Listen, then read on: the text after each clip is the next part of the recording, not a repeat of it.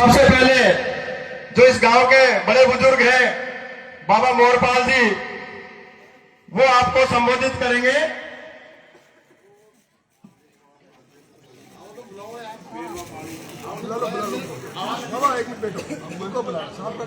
हाँ भाई, उनको बुलवा ले।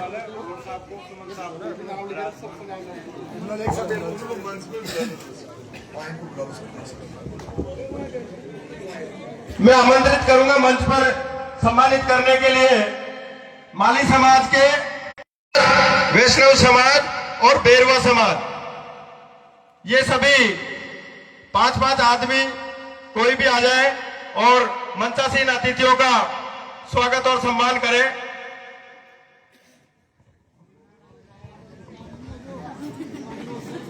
नाम तो इसमें दे नहीं रखे, मान लिया। सर्व समाज का मंच है, सर्व समाज का स्वागत मान लिया। हमारे जो मंत्री साहब हैं, ये 3 बार विधायक रहे हैं, तीनों बार निर्दलीय रहे हैं और राजस्थान सरकार में 2 बार काबीना मिनिस्टर रहे हैं। और आप जब से देख रहे होंगे इनको, आपको लगता होगा कि कहीं से भी देखने पर ऐसा लगता ही नहीं है कि भाई साहब इतने बड़े पद पे रहे हैं। भाई साहब बच्चों में बच्चे बन जाते हैं, युवाओं में युवा जैसे बन जाते हैं, बुजुर्गों में जब बुजुर्ग जैसे बन जाते हैं। भाई साहब को दिखावटीपन बिल्कुल भी नहीं आता।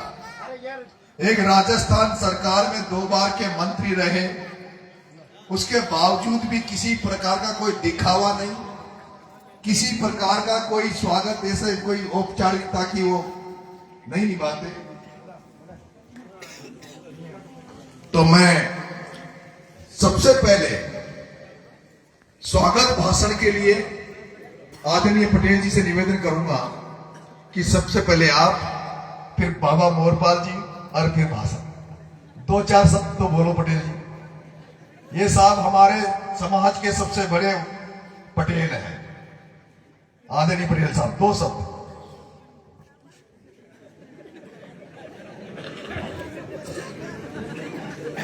आज गांव में हमारे पूर्व मंत्री गुड़ा साहब, गांव समस्त मनता सिंह, गांव के सभी यहाँ उपस्थित गण, मैं आप सबसे ये अनुरोध करता हूँ कि इस बार अपने अंता मांगरोल से हमें नरेश को विजय बनाना है और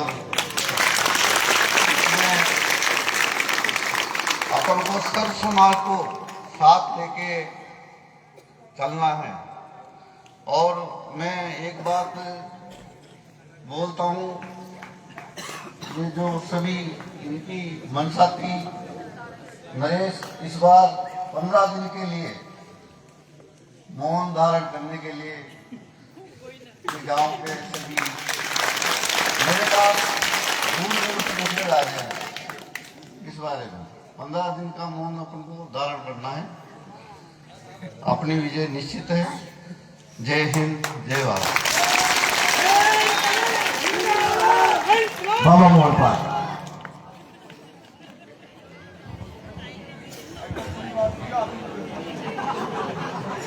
नरी देर तक बोलेगा और जहां तक तारियां बंद नहीं होनी चाहिए। हेलो भाई बहनों और सभी समाज, ये खाना कसाई मौको है साहब। अब ये मौका है चौक जाओगा ना तो जिंदगी भर ना हो। तो ये हमारा खेबोत है कि अपनी तन मन धन सब सेवा करना चाहिए। भाई साहब नेताजी को वोट देना तो ये तो ये आखिरी बात है हमारे बोले तो, और मुझे तो ज्यादा बोलू भी कोई ना। जब मेन बात पर आ जाओ आदमी तो ज्यादा बोल पास टाइम है तो या आज जोड़ सको निवेदन से सब समाज सु या कोई ना मेरा ही ये में सभी समाज है मेरा को मतलब को नहीं है मीणो तो शायद जगह अब ये तो जानकर बदनाम कर मुझे मीणो ये वोट जाती नहीं सब आया न दारीवाल न बिगला न यानी अब सब आपको आगे ना छोड़ मुको अब सब आपने जानवर ला गई बात है तो अब बात पर दगाना रखा और कोई का बंडा पर मत आओ बंडा पर तो क्या यार जैसे वोट पड़ेगा तो भाई 11 तारीख को वोट पड़ा जी कई बवाल मातेगा जय हिंद जय भारत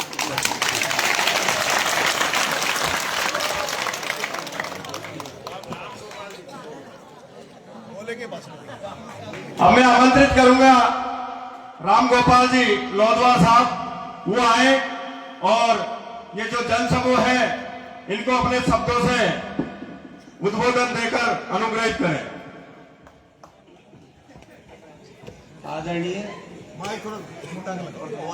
आदरणीय मंच पे बैठे हुए सभी प्रतिनिधि साथियों और जनता जनार्दन सभी साथियों को लाल सलाम। दोस्तों, ये एक ऐसा मौका है जो भगत सिंह ने क्रांति की थी उसका परिणाम ये निकला कि हिंदुस्तान आजाद हुआ। आज नरेश भाई वही क्रांति कर रहा है जो भ्रष्टाचारियों के मुंह पे लगाम लगी हुई है।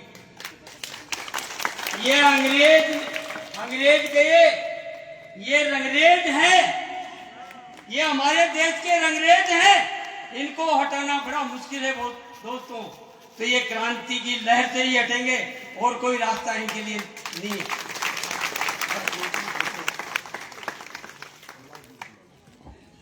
अब मैं आमंत्रित करूंगा हमारे बीच में भाई प्रहलाद जी खटारा जो कंधे से कंधा मिला करके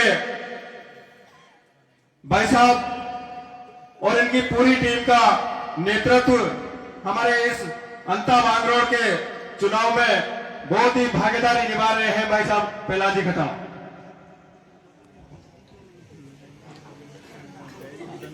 कोटड़ी गांव वासियों, आप सबके चरणों में नमन प्रणाम। पिता तुल बुजुर्गों, माता बहनों, युवा साथियों, मंच पर विराजमान राजस्थान सरकार के पूर्व बहुत दबंग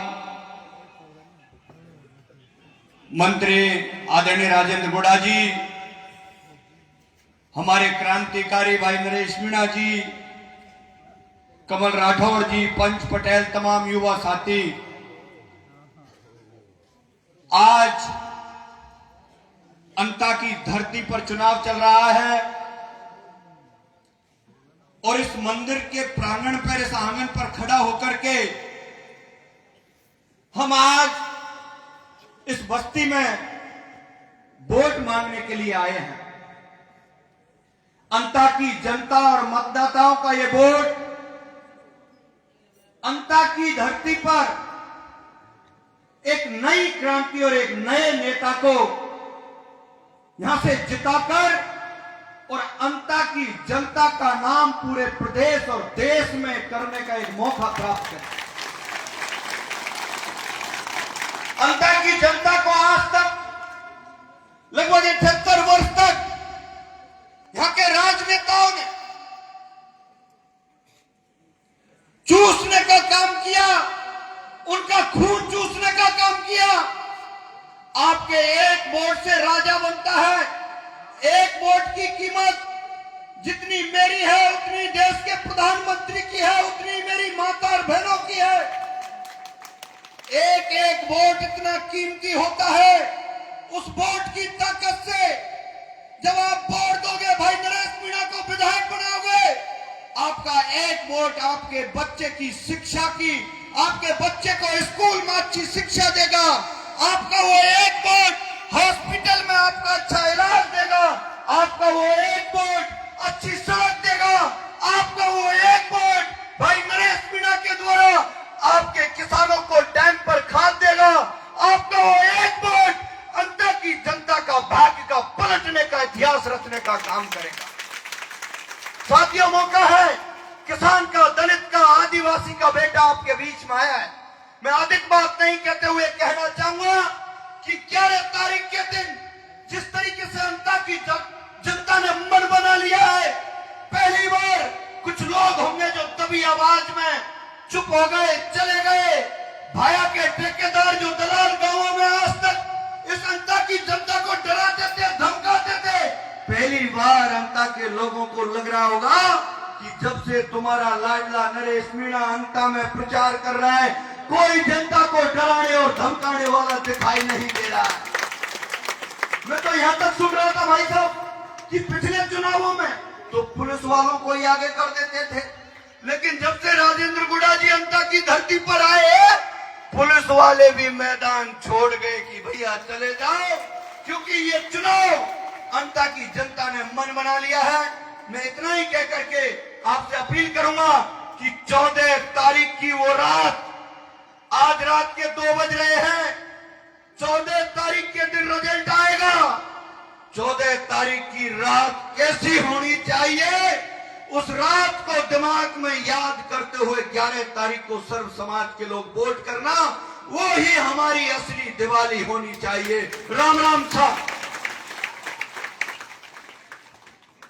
अब मैं हमारे बीच में 12 से पूर्व सभापति भाई साहब कमल जी राठौर हमारे बीच में मौजूद है, मैं उनको आमंत्रित करूंगा। राम राम साहब, सबसे पहले तो मैं आप सभी के सिर चरणों में वंदन करता हूं कि रात की 2 बजे, 1:30 बजे जो आशीर्वाद, जो समर्थन और जो निष्ठा आप लोगों ने दिखाई जनप्रिय नेता के लिए, हमारे नरेश जी के लिए, उसके लिए आप सब साधुवाद के पात्र हो। आप सबको नमस्कार। मंच पर विराजमान राजस्थान सरकार के पूर्व मंत्री आदरणीय राजेंद्र जी गुड़ा साहब, खटाना जी भाई साहब, गांव के सभी बुजुर्गगण, पंच पटेल, माताओं, बहनों, सभी युवा साथी, ये चुनाव, उपचुनाव, ये उपचुनाव कम और एक अभियान है। अभियान है हमारे गांव की समृद्धि का, हमारे 12 जिले की समृद्धि का, हमारे 12 जिले के सभी लोगों के संघर्ष और संघर्ष को मजबूत करने का, आम आदमी को मजबूत करने का अभियान है। भाई नरेश जी जितनी मजबूती से आम लोगों के लिए लड़ाई लड़ रहे हैं, आम आदमी के लिए जो संघर्ष कर रहे हैं, वो वाकई में वंदनीय है। इस बात के लिए मैं नरेश जी को प्रणाम करता हूं और 12 जिले की जनता और पूरे राजस्थान की तरफ से इन्होंने एक मिसाल कायम की है कि किस तरह से सर्व समाज के लोगों के लिए आगे आना पड़ता है। मैंने इनको 15 साल 20 साल से जानता हूं, छात्र जीवन से हम भाइयों की तरह रहे हैं। जब जब जहां जहां जुल्म हुआ, वहां वहां इनकी आवाज बुलंद हुई, वहां वहां ये बोले हैं। 12 जिले में ही मानो पूरे राजस्थान में 12 जिले का नाम रोशन करने का काम किया है तो हमारे नरेश जी ने किया है। स्वाभिमान की लड़ाई में, जनता के आत्मसम्मान की लड़ाई में निमंत्रण नहीं भेजे जाते, जिनका जमीर जिंदा होता है वो खुद ब खुद आगे बढ़ के आते हैं। भाई नरेश जी के साथ जो भी लोग लग रहे हैं वो सब जागरूक जनता है।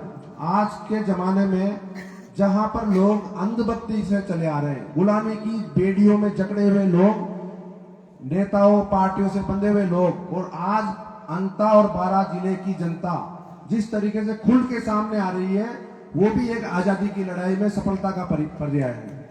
और इसके लिए भी नरेश जी धन्यवाद के पात्र है कि इस तरह से 12 जिले के, आप सबने देखा है कि 12 जिले में किस तरीके से गुंडा राज, रावण राज, एक रावण हुआ करता था जिसे हम कंस भी कह सकते हैं, कंस भाया, रावण भाया, जिसका नाम प्रमोद जैन भाया।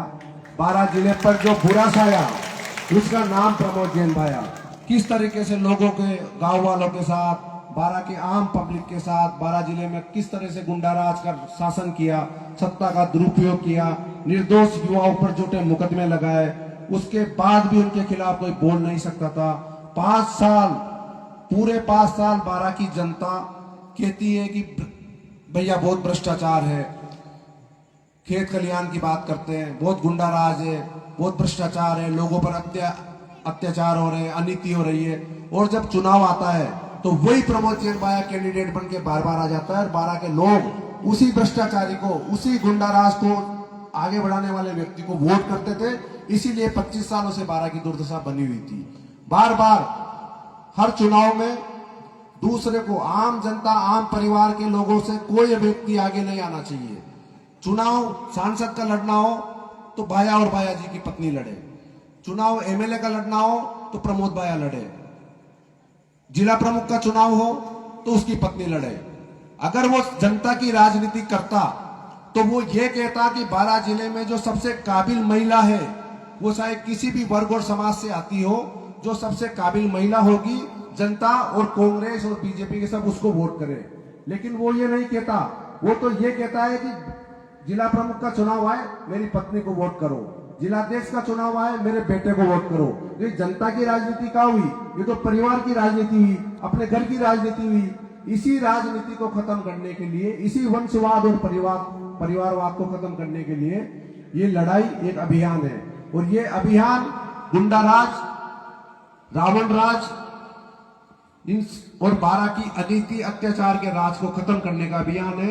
इसमें बारां जिले की जनता से मैं विशेष निवेदन करता हूं कि ये अंता मांगरोल का उपचुनाव मात्र नहीं है, ये पूरे बारां जिले की जनता की जागृति का चुनाव है।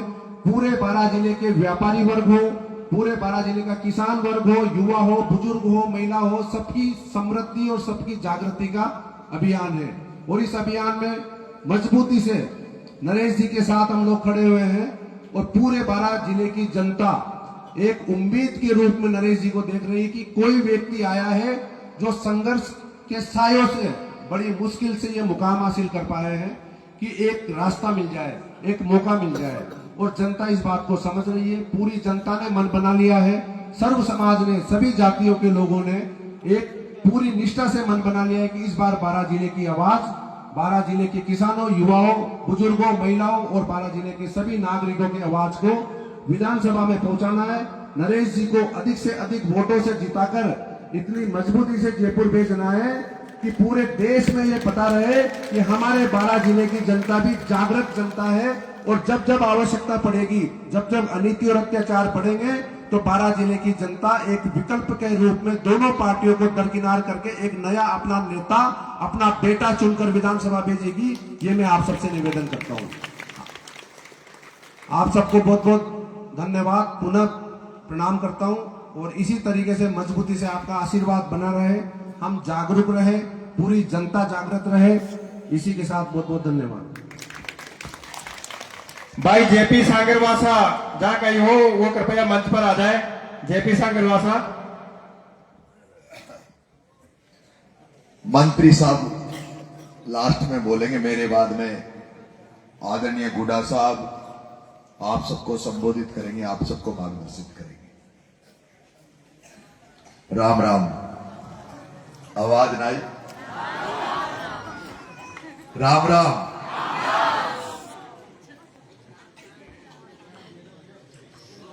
आदरणीय पूर्व मंत्री राजेंद्र जी गुडा साहब, हमारे सबसे बड़े पटेल आदरणीय पप्पू जी भाई साहब, मंच पर विराजमान जगदीश जी यादव साहब, मंच पर विराजमान नगर पालिका के पूर्व चेयरमैन कमल जी राठौड़ साहब,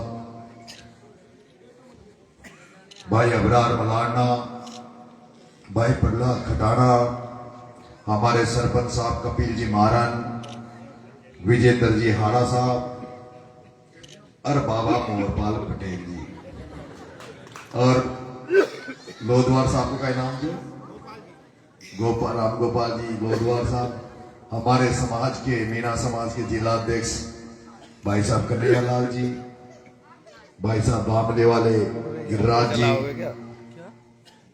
इस चुनाव में हमारी बहुत बड़ी अंता में मदद करने वाला हमारा साथी भाई घनश्याम जी मारन और कोटड़ी के सभी पिता तुल्य बुजुर्गों, मेरी माताओं, युवा साथियों, प्यारे बच्चों, आप सबके चरणों में मेरा राम राम।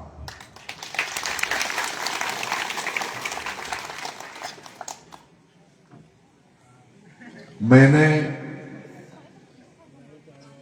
जब 5 सितंबर 2023 को किसानों को लेकर जब कलेक्ट्री का घेराव किया था, तब भी आपके इसी तरह कोटली गांव में हम लोग इकट्ठा हुए थे, यहां से उस धरने में गए थे और उसके बाद बहुत सारा बदलाव हाड़ौती की राजनीति में आया है। मेरी आंखों में सपना था, मेरे मन में एक व्यथा थी, चिंतन था, मंथन था कि जिस तरह से पूर्वी राजस्थान में किस तरह की राजनीति चेतना वहां है, किस तरह से वहां के लोग आर्थिक रूप से सक्षम है, सांस्कृतिक रूप से उनकी एक रूपता है। मेरे भी मन में था कि मैं भी हाड़ौती को पूर्वी राजस्थान की तरह राजनीतिक तौर पर, आर्थिक तौर पर और सांस्कृतिक तौर पर मजबूत करूं। और इस सपने को लेकर जब मैं 12 में आया और 12 में जब मैंने अपने लोगों के लिए काम करने का प्रयास किया, जब हमारा बेटा, आपका भाणेज दिनेश झारखंड की हत्या हो गई थी, दिनेश झारखंड को, परिवार को न्याय दिलाने के लिए जब कोई सुन नहीं रहा था, तब मुझे वो कदम उठाना पड़ा जो नहीं उठाना चाहिए था। लेकिन जब 23 साल का भगत सिंह, जिसने कई प्रयास किए, कई तरह से प्रयास किए, लेकिन उसको लगा कि मेरी देश की जनता जाग नहीं रही है, जनता सोई पड़ी है, तो जनता को जगाने के लिए कुछ क्रांतिकारी ऐसा कदम उठाना पड़े, ऐसी कोई कीमत चुकानी पड़े जिस त्याग को, बलिदान को देखकर जनता में जागृति आए, देश प्रेम जागे। और उसके लिए पहले भगत सिंह ने अदालत में एक ऐसा बम का धमाका किया, जिस बम के धमाके की आवाज तो गोरे अंग्रेजों के कानों तक पहुंचे, लेकिन उससे कोई हिंसा नहीं हो, कोई किसी को शारीरिक तौर पर नुकसान नहीं हो। उस भगत सिंह ने अदालत में बम फोड़ा, अंग्रेजों के कानों तक उसकी आवाज तो गई, उसे जेल डाल दिया गया। जेल डालने के बाद, इसकी आवाज कम कर देना थोड़ी सी यार, भगत सिंह को जेल डाल दिया गया। जेल में रहने के बाद भी भगत सिंह को यह लगा कि मैं जिस जनता को, जिस देश की आजादी के लिए जगाना चाहता हूं, वो जाग नहीं रहे, और उसके लिए अब एक ही उपाय है कि भगत सिंह अपनी जान पे खेल जाए, अपनी जान दे दे। और जब भगत सिंह अपनी 23 साल का बच्चा एक अपनी जान दे देगा, तो जनता में भी, इस देश को आजादी के लिए जनता में भी एक प्रेरणा जगेगी, जनता में भी एक ताकत आएगी कि जिस तरह से 23 साल का बच्चा जब देश के खातिर, देश की आजादी के खातिर हंसकर अपने प्राण दे सकता है, तो फिर और भी हजारों लोग सड़कों पे आकर प्राण देने के लिए तैयार हो जाएंगे। और इसीलिए भगत सिंह की फांसी माफ हो सकती थी, भगत सिंह की फांसी माफ हो सकती थी। उसके मां बाप जब उससे मिलने जाते थे, तब भगत सिंह की मां ने, जो 23 साल का बच्चा भगत सिंह जो जेल में पड़ा था, फांसी अनाउंस हो गई थी, तब उसकी मां ने कहा था कि हे भगत, हे मेरे बेटे, मैं तुझे घोड़ी पर बैठना देखना चाहती हूं, तुझे दूल्हे के रूप में देखना चाहती हूं, मैं तेरे बच्चों को खिलाना चाहती हूं।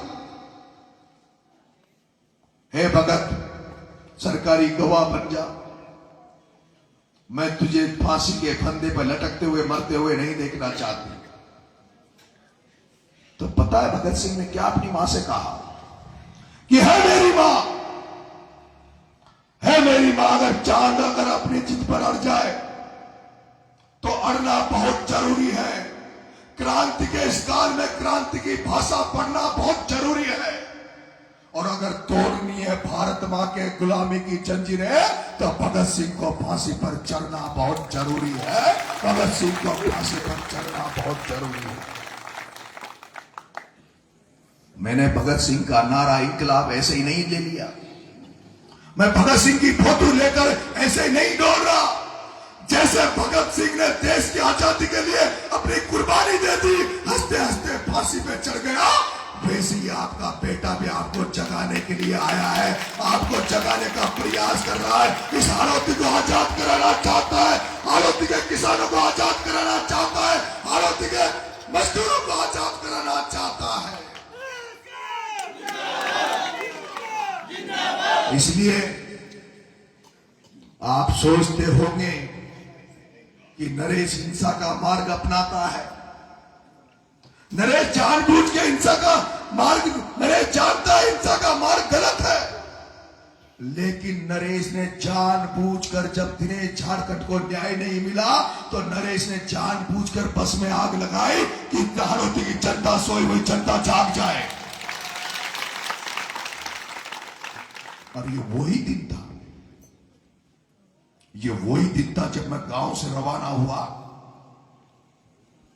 तब मैं सोच के निकला था कि आज आर पार की लड़ाई होगी।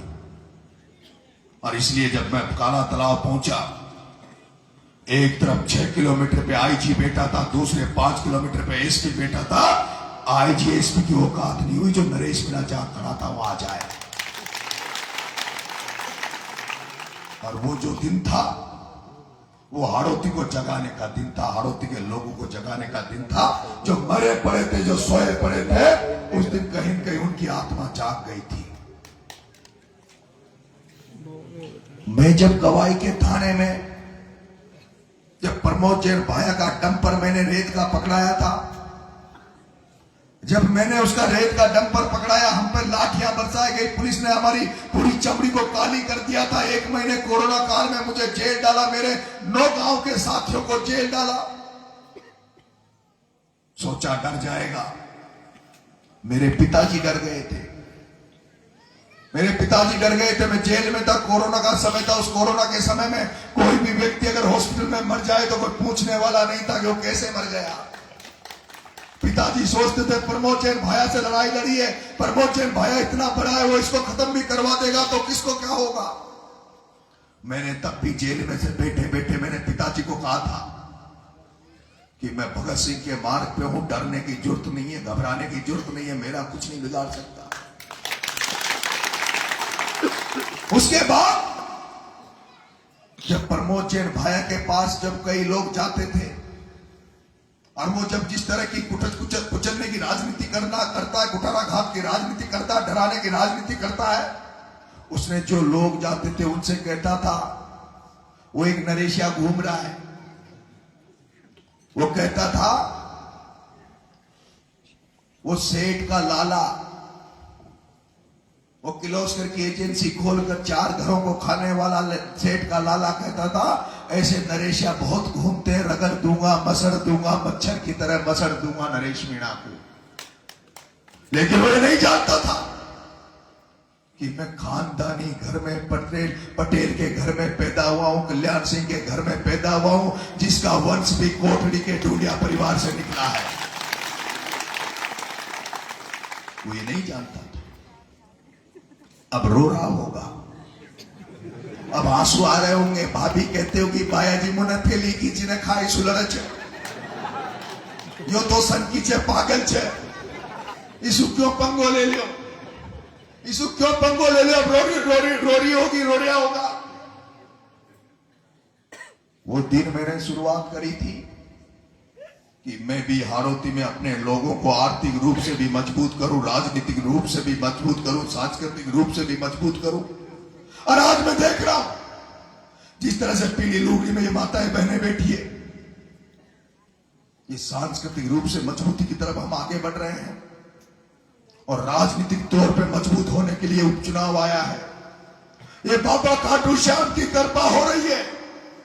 जैसे रावण को मारने के लिए भगवान राम को बनाया, जैसे कंस को मारने के लिए कृष्ण को बनाया, वैसे इस ओम बिरला, प्रमोद जैन भाया, प्रताप सिंह सिंघवी को मारने के लिए भी तुम्हारे नरेश को बनाया है।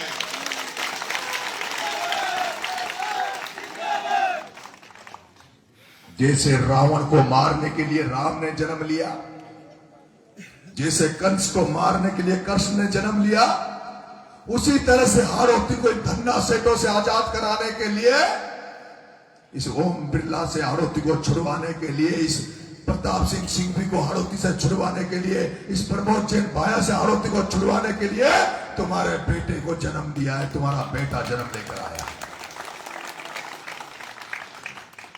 बहुत कीमत चुका रहा हूं। केवल मरना ही बाकी है भगत सिंह की तरह। केवल मरना ही बाकी है, और कोई कसर नहीं छूटी। 323, 341 का मुकदमा होता, जिसमें 8 महीने जेल में डाल दिया। शांति से झालावाड़ में धरना दे रहा था। क्या पाप किया था? अगर वो गरीबों के बच्चे सरकारी स्कूल में भ्रष्टाचार की भेंट चढ़कर वो मर गए और उनको मैं मुआवजा देने वहां झालावाड़ जाके धरने पे बैठ गया, मैंने क्या गलती की थी कि वसुंधरा जी ने 40 दिन तक जेल में डाल दिया? 8 महीने जेल में रहा, 40 दिन वहां जेल में रहा, कोई कसर नहीं छोड़ी धमकाने की, डराने की। और अभी भी उनका पेट नहीं भरा, अभी भी उनका पेट नहीं भरा। मेरी सरकार ने, राजस्थान की सरकार ने, ओम बिरला ने मेरी जमानत खारिज करने की एप्लीकेशन अदालत में दे रखी है, और यह भी तय है कि आने वाले समय में हो सकता मेरी जमानत भी ये खारिज करवाएंगे और मुझे उस एसडीएम के मुकदमे में सजा भी देंगे, और 4-5 साल के लिए हो सकता है मुझे जेल में भी डाल देंगे। लेकिन जैसे भगत सिंह रुका नहीं, डरा नहीं, तुम्हारा बेटा नरेश मीणा भी झुकेगा नहीं, डरेगा नहीं, रुकेगा नहीं। चाहे मेरी पूरी जिंदगी जेल में क्यों नहीं निकल जाए।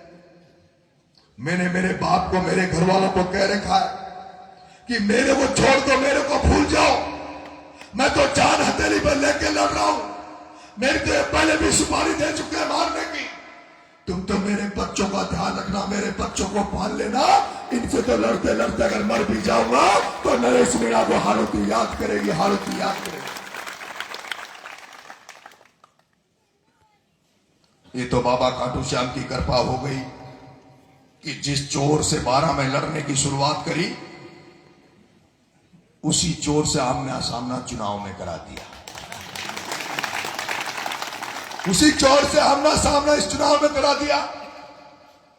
लेकिन अब मैं देख रहा हूं कि पहले तो बीजेपी कांग्रेस आमने सामने लड़ती थी, एक दूसरे की बुराई करती थी। लेकिन मैं ऐसा देख रहा हूं कि आपके बेटे के डर के मारे, जैसे महाभारत में अभिमन्यु के डर के मारे पूरे कौरव थरथरा के कांपते थे, और अभिमन्यु को मारने के लिए पूरे 100 के 100 कौरवों ने षड्यंत्र करके उसको चक्रव्यूह में घेर कर मारा। उसी तरह से बीजेपी कांग्रेस के सारे नेता मिलकर इस उपचुनाव में तुम्हारे बेटे नरेश मीणा को अभिमन्यु चक्रव्यूह में फंसाकर मारना चाहते हैं, चुनाव में राजनीतिक हत्या करना चाहते हैं। 40 स्टार प्रचारक कांग्रेस के आ रहे हैं, 40 स्टार प्रचारक बीजेपी के आ रहे हैं, कई तरह के षड्यंत्र करेंगे। कल परसों आपने एक वीडियो जारी हुआ जिसको लेकर पटेल जी ने अभी जिक्र किया। आज अगर ये सभा इतनी शानदार तरीके से चल रही है, मीटिंग यहां इतनी अच्छी चल रही है, और कोई दारूडिया आकर यहां नाटक नौटंकी करे, इसको बिगाड़ने का काम करे, तो क्या मैं वोट लेने के डर के मारे उसको कुछ नहीं बोलूंगा? और उस दारूडिया ने खान की झोपड़ी में मैं वोट मांगने गया, वो दारूडिया मुझे गाली दे देता, कुछ गलत बोल देता तो मैं सहन कर लेता। लेकिन उस दारूडिया ने, जिसको मैं अपना प्रेरणा स्रोत मानता हूं, जिसको मैं अपना आदर्श मानता हूं, राजस्थान हाड़ौती की राजनीति में भरत सिंह की कुंदनपुर, उस भरत सिंह की कुंदनपुर के लिए वो अपशब्द बोल गया था। और जब भरत सिंह जी कुंदनपुर के लिए वो अपशब्द बोला तो वो तो मैंने धैर्य रखा, संयम रखा, जो उसके तमाचा नहीं मारा। वो तो मैंने धैर्य संयम रखा कि उसको मैंने तमाचा नहीं मारा। प्रमोद जैन भाया भी कहते हैं लोग कि जहां भी नरेश शाम को मीटिंग करेगा वहां दारू पी के लोगों को भेजेगा, और जब कोई भाषण चल रहा होगा, नरेश बोल रहा होगा, तो बीच में दारूड़े नाटक करेंगे। पटेल जी आपकी बात मान लूंगा, मौन धारण कर लूंगा। पहली बात तो अगर मैं मौन धारण कर गया तो ये चुनाव खत्म हो जाएगा, और दूसरा अगर हम इसलिए डर जाएं कि कोई सामने वाला गलत काम कर रहा, दारू पी के हमारे चुनाव को बिगाड़ने का काम कर रहा है, और फिर भी हम अगर चुप रहे तो वो हमारी कमजोरी रहेगी, मर्दानगी नहीं। ये सर्व समाज जानता है, राजद आरोपी का एक आदमी जानता है कि नरेश मीणा चुनाव जीत रहा है। नरेश मीणा को सर्व समाज आशीर्वाद दे रहा है। भाया बौखलाया हुआ है, बीजेपी वाले बौखला गए हैं। बीजेपी वालों ने तो कह दिया भाया पे ध्यान मत दो, नरेश पे ध्यान दो, क्योंकि नरेश लीड ले रहा है। लेकिन प्रमोद जैन भाया को पूरी हारोती जानती है। जब शिवनाथ जी नागर के खिलाफ प्रमोद जैन भाया निर्दलीय चुनाव लड़ा था, तभी से प्रमोद जैन भाया चोर ने एक धाकर समाज का छात्रावास था, उसके सामने खुद पर गोलियां चलवा ली, खुद की गाड़ी पे गोलियां चलवा ली, और उस शिवनाथ धाकर पे कलंक लगा के उसको हरवा दिया था। ये इस चुनाव में भी करेगा, ये इस चुनाव में भी करेगा। गड़बड़ करना इसका तय है। लेकिन मेरे पास किसी पत्रकार ने बताया कि इस बार खुद पे हमला नहीं करवाएगा, खुद के बेटे पे हमला नहीं करवाएगा। इस बार ये सोच रहा है कि मैं ऐसा करूं कि उसने कोई उर्मिला जैन पर कोई पत्थर फिकवा दूं, उसकी गाड़ी तुड़वा दूं, और मैं चिल्लाता फिरूं, देखो हमारी घरारी मारी रहे, हमारी घरारी मारी रहे, हमारी घरारी मारी रहे, वो नरेश बुड्ढा ने हमारी घरारी मारी। और ऐसे करके ये सिंपैथी लेना चाहता है, दया का पात्र बनना चाहता है। वो राक्षस दया का पात्र बनना चाहता, जो हाड़ौती को खा गया, जो खनन माफिया बन गया, पूरी दुनिया को खा गया, 70,000 करोड़ का मालिक बन गया। वो अब छुपा छुपा फिर रहा है, दया का पात्र बनना चाह रहा है, गिड़गिड़ा रहा है। लेकिन अब ये जनता उसको माफ करने वाली नहीं है, क्योंकि जनता जानती है। राजस्थान में नारा तो लगा था, खाया रे खाया, खूब खाया, पूरा देश का एक तो पूरा गांव खा गया। लेकिन अंता की धरती पर बच्चे से लेके युवा से लेके बुजुर्ग गली गली मोहल्ले में नारे लगा रहा है कि गली गली में शोर है, प्रमोद जैन भाया शोर है, गली गली में शोर है। ये नारा गली गली में गूंज रहा है। प्रमोद भाया किसी को शकल दिखाने लायक नहीं है। कल मैं पलायता गया था, पलायता में लोग कह रहे थे भाई साहब मोटरसाइकिल पर बैठ रहे हो और छाने छाने गड्डियों को चक्कर काट रहे। अब केवल रात को बैग भर के जाता है, रात को गाड़ी में बैग भर के जाता है और चुपके से अपने अपने आदमियों को पैसे दिलाता है और सोच रहा है। मैंने सुना है कि उसने पैसे रखवा भी दिए कहीं गांव में, और वो सोच रहा है कि चुनाव को 1-2 दिन पहले बांटेगा तो थासू सब सुखेरे उका बाप ने तो कूड़ी चलाई, न प्रमोद जैन भाया ने हड़काड्यो, न खाए खाए पाणत करी। जगह पाणत कर पीसा कमाया हो, खेती का पीसा कमाया हो, थाने जो वोट दिया जिसू एमएलए बन गया, और वो एमएलए की दम पर ही 70,000 करोड़ कमाया, हजारों कमाता है, उसमें से हजारों करोड़ में से थोड़ा बहुत खर्च कर देता है। तो अगर खाए खाए मोको लाग जाओ ना, मोको लाग जाओ, मानक चिन्हित कर लिया होगा दलाल, उसके दलालों की मैं लिस्ट भी जारी करूंगा। कौन किस गांव में उसके पैसे बांटता है, वो कान सिंह पैसे बांटता है, महेंद्र पैसे बांटता है, और रामोतार पैसे बांटता है। जितने भी लोग उसके पैसे बांटते हैं उनकी मैं लिस्ट जारी करूंगा। और वो अगर वो दलाल अकेउटी दिखा हुआ ना, वहां की गाड़ी दिखा हुआ तो पीसा तो कुसका जो पीसा तो आप लोग कुसकाना है जी। आपने भी सोयाबीन तो खत्म होगी, आपने आटा जाओगा खाएगा आप लोग काम चल जाओगे, खर्चो चल जाओगे। फसल बीमा का पीसा दो ना, और कोई काम करे ना तो पीसा हड़ो मल जाओ, खाएगा शक हो जाओ कि गाड़ी में पीसा है, तुरंत रोक लीजिए और गाड़ी में से पीसा भी काट लीजिए, और पीसा मल जाओ तो बढ़िया से पूजा भी कर दीजिए। कर देगा ना? मैं तो जरूरत न पड़ेगी ना पूजा पाठ करवा की 2.5 नंबर लेगा ना पक्के जरा कोट लेगा अठी तो 2 क्रॉस न करनी चाहिए न करोगे ना भला ऐसा आपने वहां 12 की पुड़िया के नीचे डेरा डाल लेगा। और दूसरी बात आदरणीय पटेल साहब ने मुझे समझाया, वो बूढ़ा साहब ने भी मुझे समझा दिया है कि नरेश तुझे कुछ नहीं करना, राजेंद्र गुडा तेरे चुनाव में है। नरेश तुझे कुछ नहीं करना, राजेंद्र गुडा तेरे चुनाव में है। पटेल जी मैं एक बात बताना चाहूंगा, ये वो राजेंद्र गुडा जी हैं ये एक बार शांति धारीवाल ज्यादा बड़ो दादो बनो छो, गृह मंत्री छो, यहाँ ने 1-2 काम बताया कि मंत्री ये काम कर दे, जब मंत्री ने सुनी ने तो 22 गोदाम पर गाड़ी में से नीचे उतारो वहां इलाज कर दियो छो। तो पायो तो धारीवाल के भाई भी और इलाज तो होगा। चुनाव अपनी शांति सुनने वाला जो राजस्थान में पता न चला पटेल जी, पूरा देश की नजर से, पूरा राजस्थान की नजर से, और अगर बिना शांति से लड़ लिया तो मजूर का आए।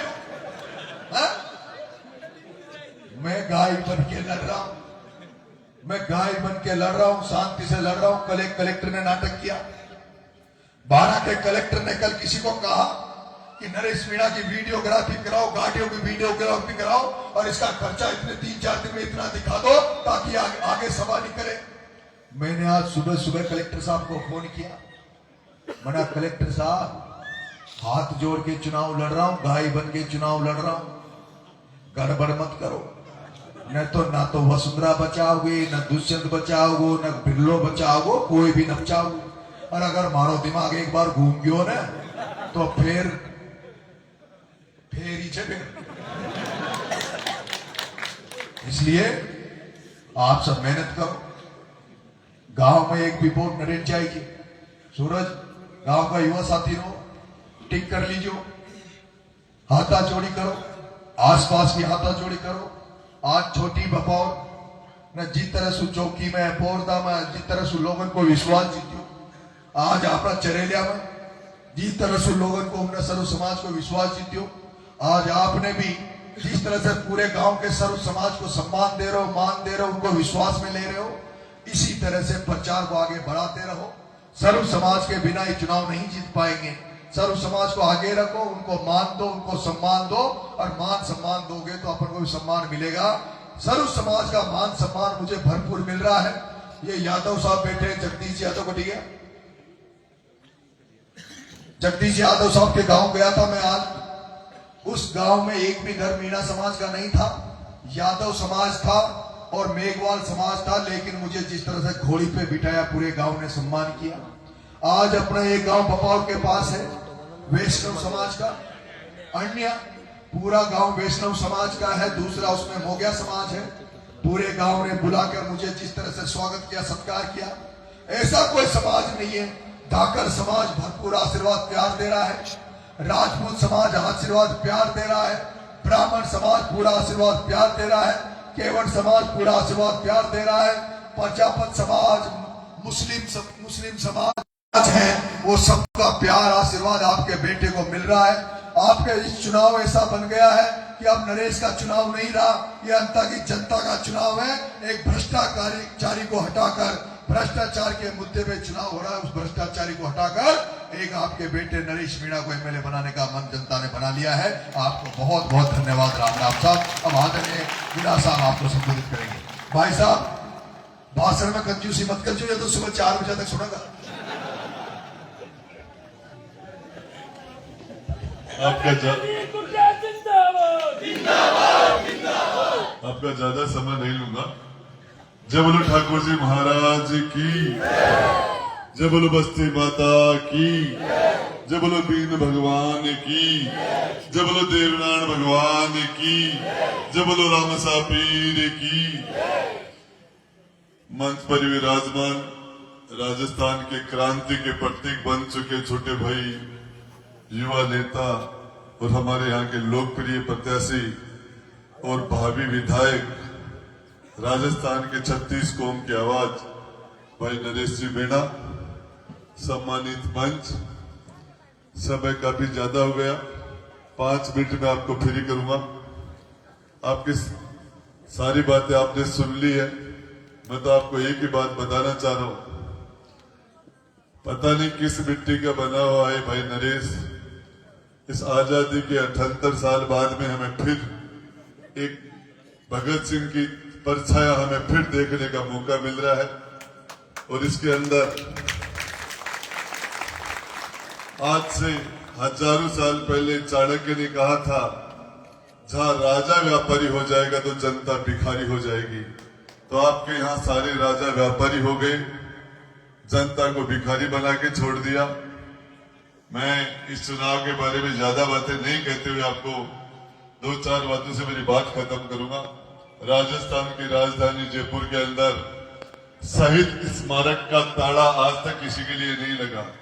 चाहे आंदोलन कांग्रेस करे, चाहे आंदोलन बीजेपी करे। जब कांग्रेस का राज होता है तो बीजेपी आंदोलन करती है, बीजेपी का राज होता है तो कांग्रेस आंदोलन करती है, और हम जैसे लोग आंदोलन करते हैं। लेकिन जिस दिन नरेश मीणा आंदोलन करने के लिए गया, शहीद स्मारक के ताले लग गए थे राजस्थान की राजधानी। किस तरीके से भाई नरेश उनियारा से 100% चुनाव जीत गया था। आज ये चुनाव नरेश भाई ये चुनाव नहीं लेता, क्योंकि राजस्थान की विधानसभा में होता। तो किस तरीके से सरकार ने अनैतिक तरीके से गलत हथकंडे अपना के और जीते हुए चुनाव को हराने का काम किया। जिस डिप्टी कलेक्टर ने गलत काम किया और उसने पाप किया, उसको सजा होनी चाहिए थी, उसको जेल होनी चाहिए थी। और नरेश भाई ने सामान्य से छोटा सा काम किया, एक थप्पड़ मारा था, ज्यादा मारने चाहिए थे। लेकिन मैं आपको बताना चाह रहा हूं, उस मामले में जिस तरह की भाई नरेश और उसकी टीम को यातनाएं दी गई, जिस तरह से जुल्म सितम किए गए, 151 में एक रात के अंदर आदमी सरेंडर हो जाता है। एक रात के अंदर आप सोच सकते हैं कितने दिनों तक रात दिन 7 ताड़ों के बीच में बंद करके रखा, जेल में किसी को मिलने नहीं दिया गया, आतंकवादियों जैसा बर्ताव किया। उसके बाद में जिस तरीके से ये आराम से अपनी पदयात्रा कर रहा था, ये नंगे पांव एक नौजवानों को साथ लेके और इस व्यवस्था को परिवर्तन करने के लिए, इस अपराधियों के खिलाफ, भ्रष्ट अधिकारी और भ्रष्ट नेताओं के खिलाफ जो ये गठबंधन बन गया, और इसके खिलाफ जनता की आवाज उठाने के लिए जो आदमी पैदल चल रहा था, 7 मासूमों की जिस तरीके से सरकार की लापरवाही से मौत हो गई, उसके अंदर शिक्षा मंत्री का रिजाइन होना चाहिए था और नरेश को फिर जेल में डाल दिया गया। उसके बाद में नरेश सोचा कि अब ये टूट जाएगा, डर जाएगा, घबरा जाएगा, हट जाएगा। लेकिन उसके बाद में नरेश ने उस परिवार को न्याय दिलाने के लिए किस तरीके से अनशन किया, पैसे इकट्ठे किए, उस परिवार की मदद की। मैं आपको बताना चाह रहा हूं, उसके बाद सोई मानसिक अस्पताल में जिंदे लोगों को आईसीयू के अंदर चल जाते हैं। जैसलमेर के अंदर 20 जिंदे लोग एक बस के अंदर चल जाते हैं। कोई दूसरा नरेश नहीं था।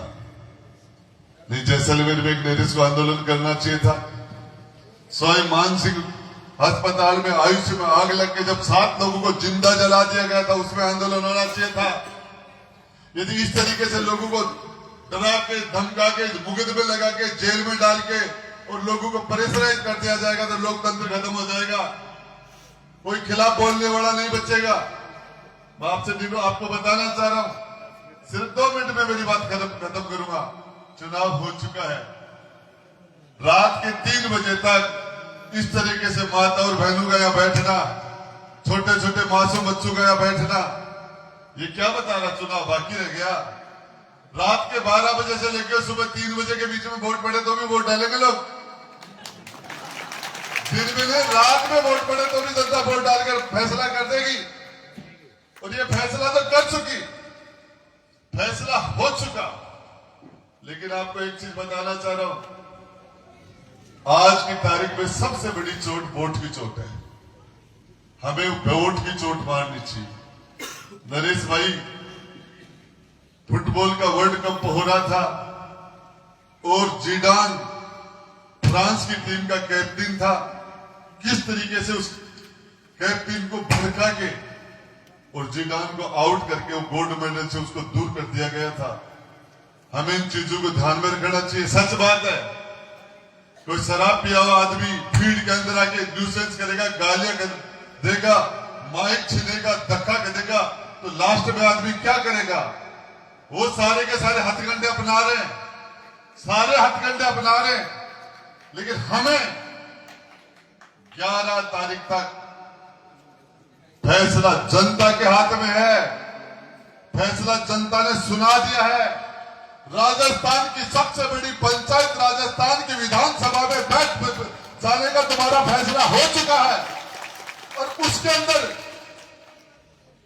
अंदर जो ये अपराध वहां जाके संघर्ष करना, मुझे पता है ये भाई बैठेगा नहीं, ये विधानसभा में भी यही करेगा। ये विधानसभा के अंदर भी अंदर जाने के बाद भी इस भाई निचले को ये नहीं बैठेगा। भ्रष्टाचार के खिलाफ, अन्याय के खिलाफ, नौजवान के लिए, माताओं के लिए, बहनों के लिए, मजदूर के लिए, किसान के लिए लड़ता रहेगा। ये लड़ना इसकी फितरत में है। किसी ब्राह्मण को, पंडित जी को, किसी को अपना हाथ दिखाया, बोले महाराज मेरा हाथ देखना, इसमें क्या है? बोले तेरे सन्नी सर की तेरे 7 साल की 7.5 की सन्नी की महादशा लग गई। बोले उसके बाद, बोले बीके बाद मदन आदत पड़ जाएगी। तो नरेश भाई को संघर्ष की आदत है, और मैं आपको एक बात बताना चाह रहा हूं, लड़ाई, चुनाव की जो लड़ाई है वो लड़ाई है, इसमें दुश्मन को कमजोर नहीं मानना चाहिए, हमें सतर्क रहना चाहिए। ये सच बात है। मैं मांगरोल में गया था, अंता में गया, आज भी मैं कई गांव में मीटिंग लेके आया हूं। आपको बताना चाह रहा हूं, मुसलमान कांग्रेस को छोड़ चुका है, मानस बना चुका है, बीजेपी को लोगों ने छोड़ चुका, राजपूत बीजेपी को छोड़ रहा है बड़ी संख्या में। हर समाज के लोग पार्टियों से तंग आ गए, और ये परिवर्तन है। ये 2.5 साल का चुनाव है, लंबा चुनाव नहीं है, लेकिन इस 2.5 साल में इस हाड़ौती के अंदर वो परिवर्तन हो जाएगा। थाने के अंदर कोई गरीब आदमी न्याय मांगने के लिए जाएगा, किसी थानेदार की हिम्मत नहीं होगी। हर नौजवान के अंदर उसको नरेश का चेहरा दिखेगा, चाहे तहसीलदार हो, चाहे एसडीएम हो, कलेक्टर हो, चाहे एसपी हो, पहाड़ी हो, चाहे बिजली हो, किसी भी सरकारी महकमे के अंदर। आपको बताना चाह रहा हूं, आप 2.5 साल का एमएलए बना रहे हो, आपको सिर्फ 11 तारीख तक जगना है। 1000 दिन तक, 1000 रात और 1000 दिन आपकी दी हुई ताकत, जो ताकत आप सपोर्ट के रूप में, वोट के रूप में रात काली करके दे रहे हो, ठाकुर जी महाराज के मंदिर के प्रांगण में खड़ा होकर आपको विश्वास दिला रहा हूं, जिस दिन तो तुम्हें जरूरत है तुम्हारी ताकत मांग लेना, तुम्हें तुम्हारी दी हुई वोट और सपोर्ट की ताकत के ब्याज का ब्याज लगा के भाई नरेश तुम्हें चुकाएगा। और सामनी जिम्मेदारी है, कोई कसर है तो मैंने बता दीजिए, फोन नहीं कर दीजिए। ये ऋण मेरे ऊपर भी है, आपका ये ऋण मेरे ऊपर भी है। हम वो ये मिसाल चलाना चाहते हैं। नरेश, सच बात है कि जैसे कुरुक्षेत्र के अंदर अभिमन्यु को सारे महात्माओं ने घेर के मारा था,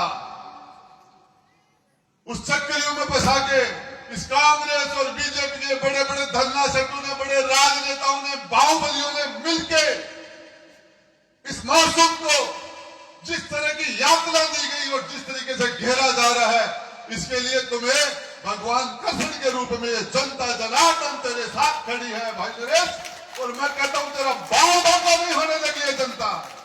जितने जुल्म और सितम तो आपके साथ किए, इस जनता ने तुम्हें ताकत देके उसे 100 गुना ज्यादा मजबूत बनाने का काम किया है। हमारी माताएं बहनें रात के 3 बजे यहां बैठी हैं, नौजवान, छोटे छोटे बच्चे, ये तुम्हारे जो रात दिन तुमने जो यातनाएं झेली, जो आपने मार खाई, जो तुम्हारे पर जुल्म और सितम हुए, इसीलिए बच्चे बैठे हैं। तो हिंदुस्तान में कोई माई का लाल रात को 3 बजे मीटिंग करके बता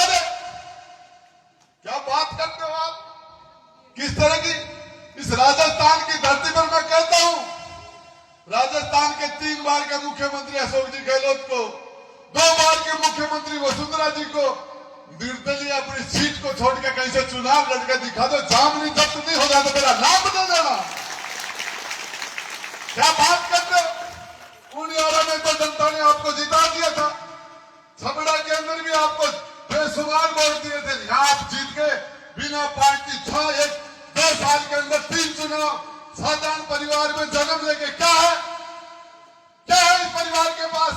किसान परिवार है, लेकिन आज जनता ने जान लगा दिया तुम्हारे लिए, सच्चाई के लिए, तुम्हारे संघर्ष के लिए, और तुम भी जो भी करो, पूरी जनता आज ये चुनाव नरेश मीणा का नहीं है, बीजेपी कांग्रेस का नहीं है, कार्यकर्ताओं का चुनाव नहीं, जनता जनार्दन का चुनाव बन गया है, जनता जनार्दन का।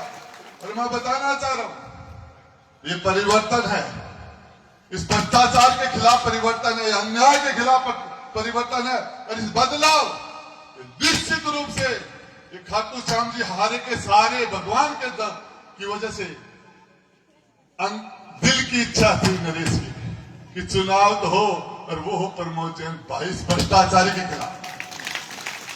मैंने फिर कहा था, कमाल के लोग हो आप, कमाल के लोग।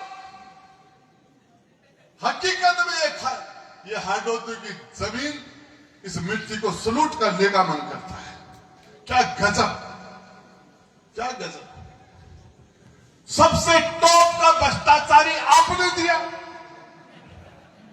राजस्थान की धरती पर टॉप का भ्रष्टाचारी हाडोती के लोगों ने पैदा किया, और टॉप का ईमानदार भी आपने पैदा किया, और टॉप का क्रांतिकारी भी तुमने पैदा किया। क्या गजब है, सोच नहीं सकते, क्या गजब है। इस माटी को, इस जमीन को सलूट करता हूं, यहाँ के लोगों को सलूट करता हूं। क्या, और यही लड़ाई नरेश और प्रमोद जैन भाई की नहीं है, ये ईमानदारी और भ्रष्टाचार की लड़ाई है, ये तानाशाही के खिलाफ क्रांति है। और इस लड़ाई का आगाज, ये मत सोच रहे जनता का चुनाव है, 12 का चुनाव है, कोटा का। करोड़ों लोग इस लड़ाई को देख रहे हैं।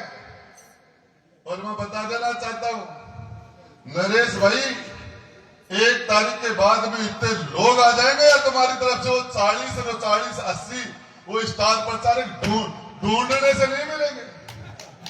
एक वोट के पास 5-5 सपोर्टर आके खड़े हो जाएंगे, बोले राजस्थान से, हिंदुस्तान से क्या बात करते हो।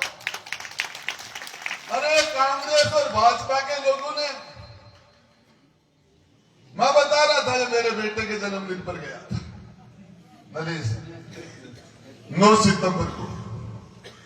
किसी ने कहा नरेश को, यार ये तुम्हें बड़ा नेता ही नहीं है, तेरे बेटे के जन्मदिन में तो अशोक गहलोत हेलीकॉप्टर लेके आया, सचिन पायलट साहब आए, महाराष्ट्र के मुख्यमंत्री वो सुशील कुमार शिंदे जी आए। तुम्हारे बेटे के जन्मदिन पर तो मुख्यमंत्री आते, ये कैसे हम वो भी मुख्यमंत्री बनेगो, वो भी किले को बदल देगा। ये मैं नहीं करा यार, कभी कोई हकीकत में वो सीएम ही आते हैं।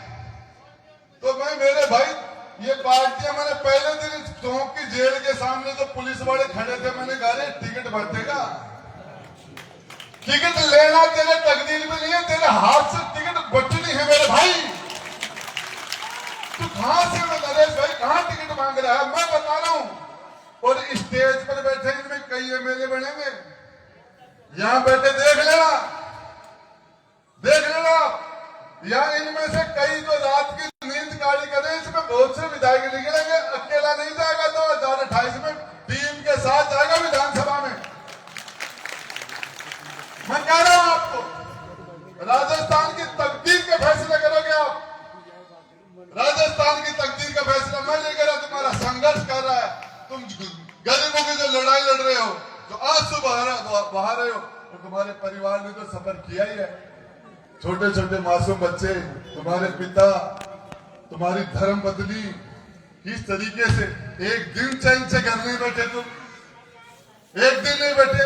तो मैं ज्यादा समय नहीं लेते हुए आपको अब वापिस सूर्य भगवान उदय होने का सा टाइम है, माता बहने अपने काम लग जाएंगे। जब बोलो ठाकुर जी महाराज की। मैं 2-3 नारे लगा, नरेश तुम संघर्ष करो, नरेश तुम आगे बढ़ो, जीतेगा क्या जीत गया, नरेश मीणा जीतेगा क्या जीत गया।